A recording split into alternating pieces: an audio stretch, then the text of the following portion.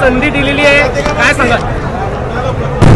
जनतेचे मी धन्यवाद देईल की मी सतत सांगितलं की आपला मुलगा म्हणून, भाऊ म्हणून, आपला जनसेवक म्हणून मी राजकारणात 25 वर्षापासून काम करतोय आणि आमदार म्हणून 10 वर्ष जळगाव शहरामध्ये काम करतोय। आणि काम करत असताना आमचा नारा होता की आम्ही 100% कामं केले का नाही।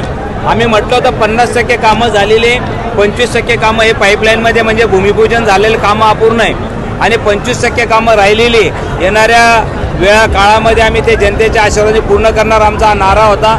आणि जनतेने तो मान्य केला, त्याचा कौल दिला आणि जनतेने मला वाटतं इतक्या मोठ्या मताने आम्हाला आशीर्वाद दिलेले। मी जनतेचे ऋण व्यक्त करतो, पक्षाचे ऋण व्यक्त करतो। सर्व नेते कार्यकर्ते, नामदार गिरीश भाऊ असतील, आमच्या सर्व महानगरचे अध्यक्ष असतील, कार्यकर्ते असतील, त्यांचंही मनोभाव ऋण व्यक्त करतो।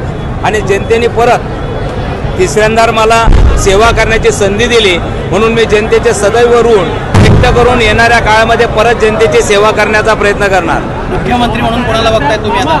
हे पक्षाचा तो पण आमच्या भारतीय जनता पार्टीचं स्पष्ट म्हणजे जो 100च्या वरती आकडा गेलेला आहे। त्याच्यामुळे आमच्या पार्टी म्हणून भारतीय जनता पार्टीचा मुख्यमंत्री बनावा असा कार्यकर्ता आमची मागणी असेल। शेवटचे हायकमांड आमचा जो निर्णय घेतील तो आम्हाला मान्य असेल।